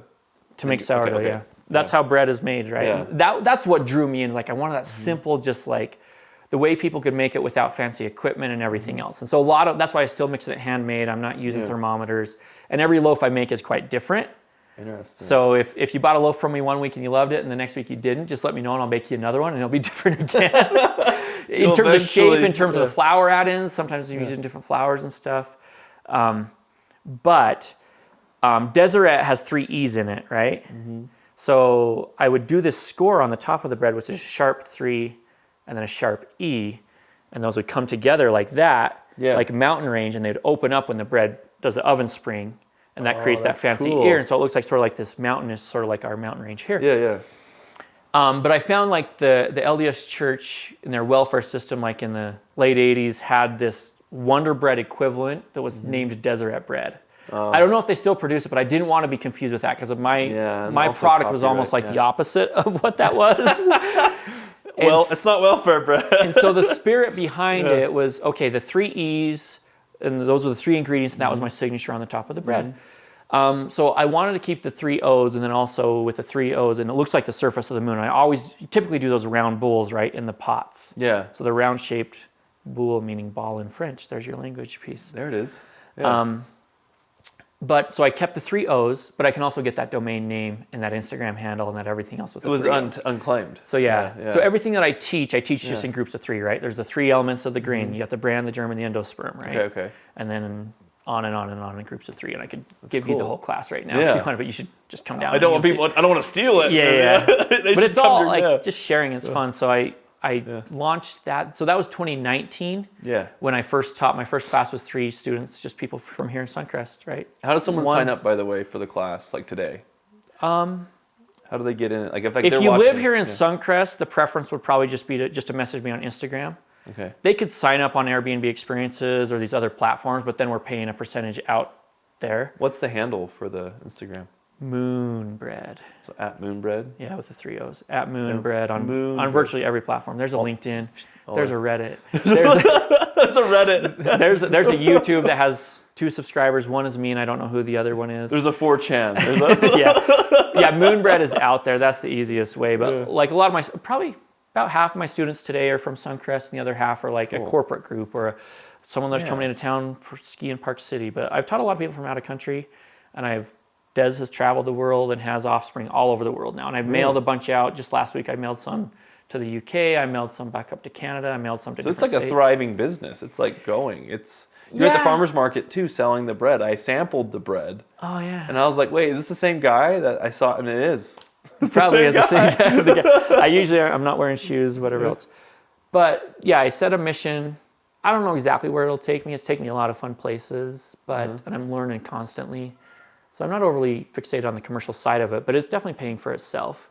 Yeah. I have like a monthly newsletter that I send out where I share tips and tricks and discounts. So it's just you're so passionate about it that it just will happen regardless. It's happening. Yeah. Like the demand is there. Yeah. The health interest is there. The flavor interest is there. Yeah. The people are coming to me whether I want them to or not, right? So I love it. Yeah. And I'll teach them. I love teaching it. So I have an online course that they can buy. Really? And they can rent that course for a cheaper amount. So I've got people that I'm starting to sell that. That's cool. I've got a few I just finally launched that. So I had a videographer come to class and record it. Wow. And I edited it myself. It took me like 1.5 years to edit it. It did? Not because it was so hard, just because I get sick looking at screens. That's what I love about sourdoughs. I don't have to look at screens. Yeah. So the marketing side of it, I could do so much more with it. Okay. I just got to get those glasses, right? The Meta Vision Pro? Ray-Bans or whatever. Oh, the Apple Vision Pro is pretty good. Oh, you've tried them? I have it. I should rent those try from you. I'll rent them You from can you. sit outside and work, like on the porch, and you can see the mountains, and it's like pasture, but you can sit I there. haven't tried That's why I this. got them, because I got sick of working in the house. Yeah. Yeah. But to wrap it all up, so Yeah. the 3 O's. So I set the goal to teach 9,999 people how to bake sourdough. Why that number? It's a good even number, isn't it? 9999. A lot of like when I'm doing stuff and I set a goal for myself, I'll like use the goal of 9. If I do just 9, I'll usually do like 13 or more. Oh, okay. And it's a single digit, so it feels achievable. Okay. And then also I teach in multiples of 3, so 3 times 3 is 9. Okay, And so it has some fun. it just was fun, right? It's like Yeah. quirky, like a fun, like... Yeah. Yeah. And that's just sort of how I do it up, Dan? sometimes. Hi. Hey, Kelsey. Still recording? Yeah, we're almost done. No problem. So that's how it was. So I just did an assessment Yeah. this last week, or no, 2 days ago. I sent out my monthly newsletter. Yeah. I've been doing this newsletter for a year, and I'm about a third of the way there if I count every follower, every starter that I can track, every class that Really? I've taught. That's pretty big. So I've reached 3,340 people that I can track directly.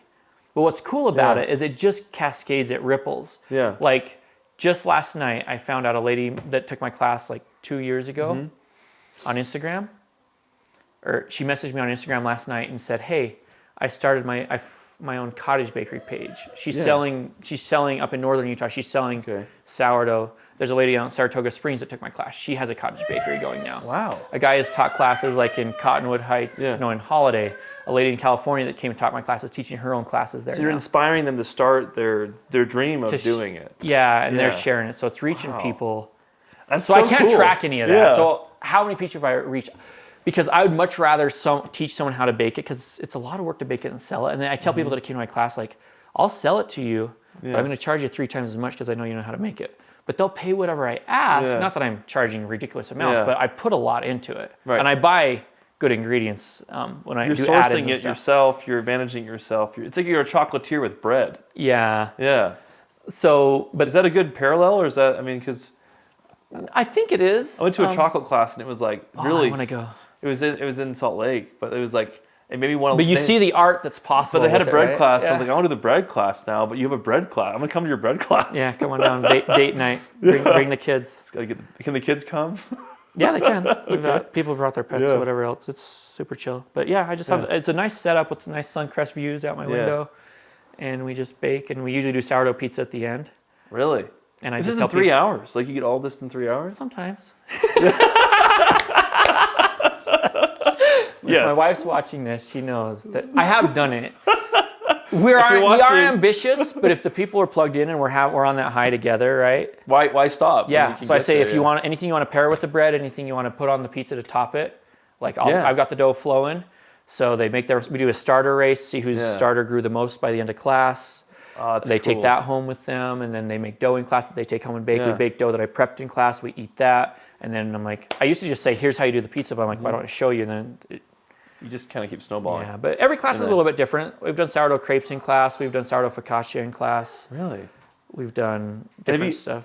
So you found that But I like teach the foundational principles, and then they can do whatever they want with it. well, I would like to invite everyone that's watching. Go to his class. I haven't been yet. A lot of people have, though. You'd Yeah. be surprised how many people have come over, and I love it. I wouldn't be surprised hearing how passionate you are about it. I mean, it's so that you know so much about it to the degree that there's science. Yeah. And a lot of my students are doing stuff that I've never even gotten time to attempt, and Yeah. I'm learning from them as well. So I'll just give my Instagram password to past students, and they'll share stuff and teach me Really? and everything. So what's the big? So you've been doing it for like 7 years now. So 7, Six-ish. 6-ish years. Yeah. What keeps that passion there? What's the underlying? Is it that sense of that intimate experience, that being elevated together? Like, what is that really that keeps you motivated to keep? Because it's such a deep part of what you're doing right now.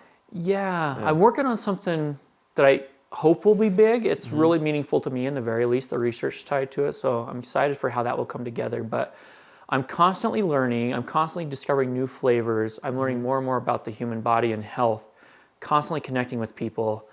And because I don't have like this like established commercial bakery, and it's more of a weekend nights thing for me, it hasn't overwhelmed me where it's gotten too monotonous.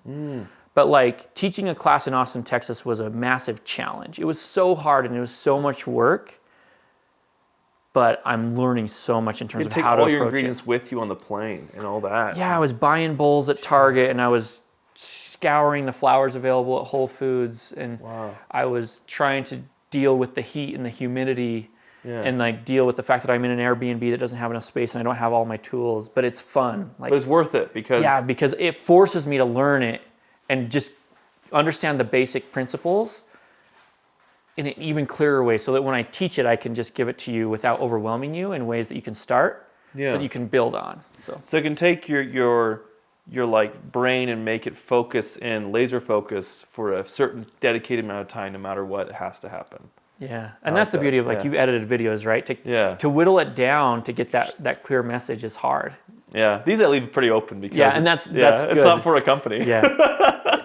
Exactly. But I resonate because I'm doing the same thing with this podcast. I want people to have a safe space to talk, meet you. If they approach you, they're going to know why you care about sourdough more than just I have a booth because like it's like everyone that's there is passionate about what they're doing. You know. Yeah, I'll sell the bread and it sells, and anytime I have extra, I sold some last week, and it's hard because the more you learn about it, the higher the bar gets for yourself, and the more you know what you don't know, and you know how crummy it was. Pun intended. Yes.